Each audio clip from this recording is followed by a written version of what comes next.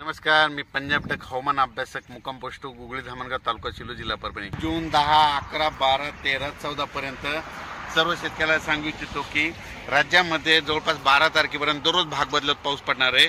पण सगळ्यात जास्त पाऊस कुठं पडणार आहे म्हणून सर्व शेतकऱ्याला सांगू इच्छितो। राज्यात सांगायचं झालं तर पाऊस नेमका कुठं कुठं पडणार आहे, सातारा, सांगली, सोलापूर, कोल्हापूर, पुणे, तसेच नगर जिल्हा, नाशिक जिल्हा, तसेच संभाजीनगर, बीड, जालना, परभणी, लातूर, धाराशिव त्याच्यानंतर तो पाऊस सोलापूर, पंढरपूर या भागामध्ये म्हणजे 12 तारखेपर्यंत चांगला पडणार आहे म्हणून हा अंदाज लक्षात घ्यायचा। उर्वरित राज्यामध्ये सांगायचं झालं तर दररोज भाग बदलत पाऊस पडणार आहे।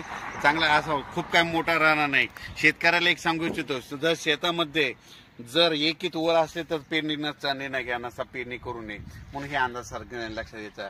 एकंदरीत परिस्थिती बघितली तर राज्यामध्ये 12 तारखेपर्यंत दक्षिण म्हणजे पश्चिम महाराष्ट्र, कोकणपट्टी आणि महाराष्ट्राच्या दक्षिणेचा भाग या भागामध्ये सर्व पाऊस चांगला राहणार आहे।